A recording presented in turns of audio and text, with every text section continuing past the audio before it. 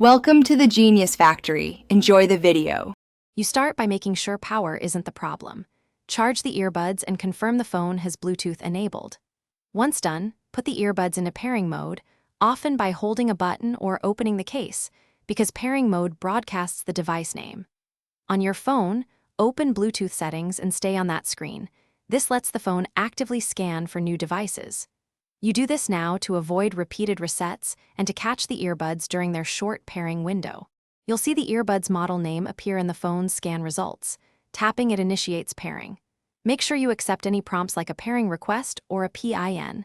Most Panasonic earbuds use simple confirmation rather than a numeric code. After you tap, the phone exchanges keys with the earbuds to secure the link. That's why it may take a few seconds.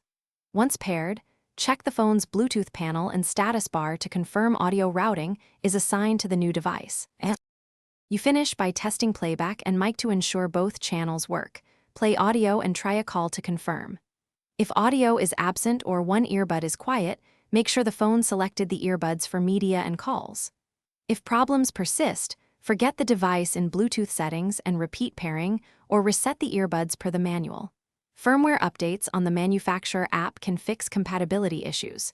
If all else fails, reboot the phone. This clears Bluetooth cache. Thanks for watching. If you found this helpful, don't forget to like and subscribe.